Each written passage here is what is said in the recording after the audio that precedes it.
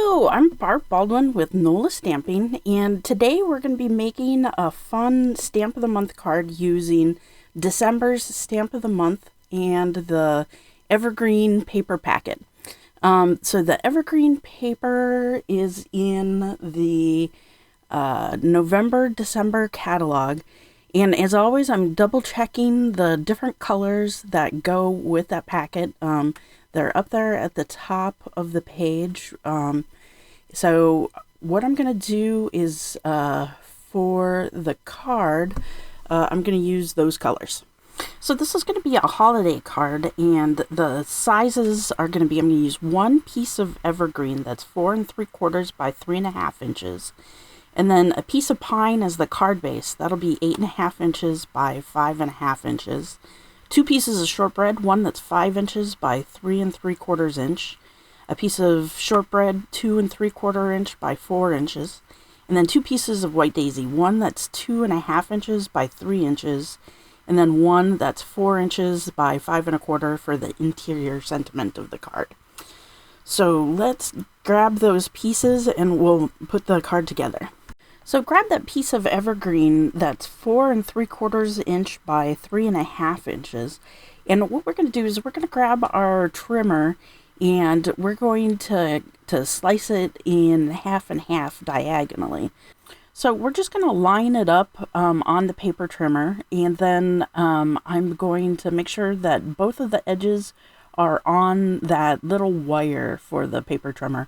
So I don't like the corners to be bunched up, so what you do is take the blade and then put it in the middle and then just slice from side to side, and that makes it so that the corners are all pristine, which will be nice because the triangles are what's going to be important on there. So I'm going to take that little piece of washi tape and just line it up on one or the other side so that it's not in the center. So when I slice the other set of triangles, the washi tape just stays the same. I'm going to do the exact same thing, line it up again, and make sure I'm going from corner to corner, and then I'm just going to put that blade down in the center and then just slice it, side to side. And then I'm going to have 4 different triangles. And then the one set is still held together by the washi tape.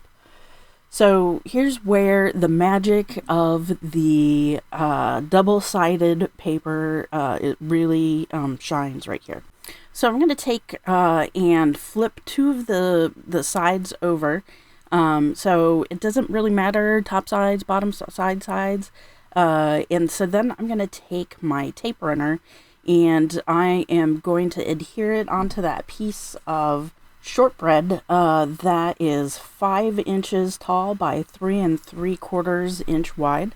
And I'm just putting a small little border, and I'm only checking to make sure that the side, that one side is sort of even, and I'm just sort of putting the triangle up about 1/8 of an inch, and we're going to cover up the center. So if the center is a little wonky, that's fine, but usually it kind of comes out fairly perfect. But like I said, you do really want to make sure to pay attention to the sides. And the thing about this is you can use like any of the papers that are in the paper pack. I just opened the paper pack, so now I feel like I want to save all the pretty papers, but this is a great way to use up some of the paper and show off how great it is on all the sides. So now we're going to take that piece of 8.5 inch by 5.5 inch pine, and we're going to fold it in half, creating a card base. And then we're just going to put that frame with the Evergreen paper in the center of the card base. And I always just check the corners, like if both of the corners look like they're equal, then you know you're good. Okay, so let's do some stamping. This is my favorite part.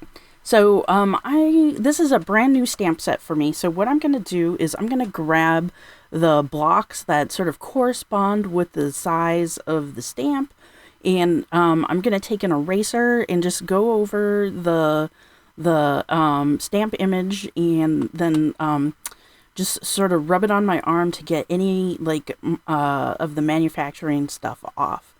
And then we're going to be ready to stamp the interior sentiment.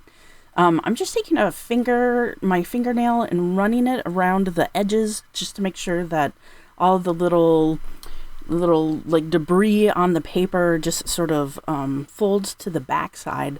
And then I'm going to stamp in pine ink on the interior sentiment. Since this is the first time, I'm stamping on a spare piece of paper first before I'm stamping it on the actual thing, just to make sure that there's like nothing hinky with the stamp and that it stamps correctly.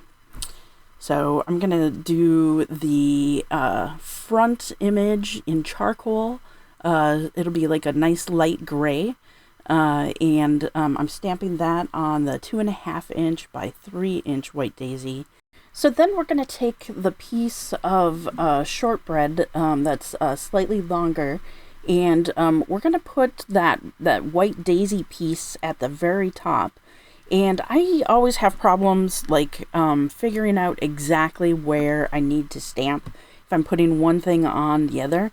So I'm just going to take my little T-ruler and sort of figure out the placement. And then if I use the T-ruler on the back of that multimedia mat, then I know exactly where to stamp, and I don't get any ink on some place that I don't want it to be. So I'm just going to stamp in pine at the very bottom, Happy Holidays. We're going to flip her over, and what we're going to do is we're going to dovetail the very bottom. So it's 2 3/4 inch wide, so we're going to go to about half, so just over 1 1/4. And then I'm just going to use my scissors and go in from each edge to where I snipped it up at that 1 1/4 and a little bit on that mat. It just makes it a lot easier to dovetail stuff. And then I'm gonna pop the white daisy piece right there. If I had the thin cuts, I could cut it out. I think it would look fine either way, but I just like the way that it looks all square, especially with all the triangles and everything else going on. Okay, so let's put this card together. So I grabbed my tape runner, and I'm doing, I went around the back of the interior sentiment, and I'm once again checking the corners, making sure that it's going to go on the inside just perfectly.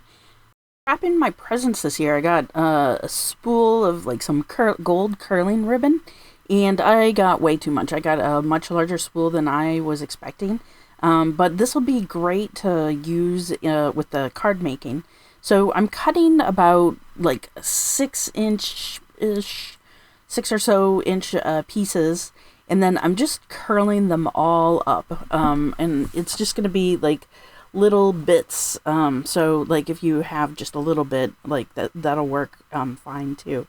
And we're just going to put it underneath the snow globe as like a little accent. So, like, I think it's a fun little effect on the top of the card. And I'm just running it across the blade of my scissors so that the ribbon just curls all up. Like, I do it all the time when I am wrapping presents. So, it's like the same sort of theory. And so then I'm using, I use some tape runner on the back of the snow globe. And I'm just sticking those little ribbon pieces up along the sides and stuff. And then I'm going to grab my shaker 3D foam dots. And I'm just putting a foam dot in each of the corners and one in the center. And I'm going to use that to sort of pop up the snow globe square from the back of the shortbread dovetail tag. And I'm just sort of popping that on to give it a little bit of dimension. And I really like how that looks. But then I was thinking that it might be nice to pull in some of that same shortbread color. So I'm gonna replicate the curls from the gift wrapping ribbon with shortbread. So I'm just taking a spare little piece of shortbread, and it is about 3.5-ish inches wide, and I'm just cutting a couple 1/4 inch pieces. So then what I'm going to do is I'm going to grab my paper crafting tool and just sort of rub on the wrong side of the paper, just like the way that I did with the curling ribbon, except for like without the scissors, because it'll kind of destroy it if you use scissors. But if you use like a bone folder or a paper crafting tool, and then go ahead and wrap it around a pen or something like that. So I'm in Louisiana and it is super humid here today. So I'm sure that is making it a lot easier. So if it's kind of dry in your craft room, something you might want to try doing is once you have it wrapped around the pen, just spritz it like with a little bit of water. Like if you have a water sprayer, you spray it and let it dry, and it'll keep that same like curly shape. So that's a nice way to do it also. So let's just add those little ones on the back of the dovetail thing before we put the dovetail down on the card front. So I'm using glue just because I had a little container of it handy. I think you could use a tape runner, but I just wanted it to make sure that the little curls would stay in their positions, and so I figured the best way to do that is with like a little bit of liquid adhesive. I always have the glue right on my desktop right there, so it's an easy grab for me. I'm just sticking them in sort of like every other, so that it's like gold and then the shortbread, gold and then shortbread, and just sort of fluffing the curls a little bit. So like this probably wouldn't be the greatest card to send through like the mail, but I'm doing a bunch of cards for people in my office, and I thought that this would be a nice card, like, especially if you're handing it to somebody. And honestly, if it goes through the mail, it'll be a little flattened, but the curls will, fluff back up really easily, because the paper will retain its shape.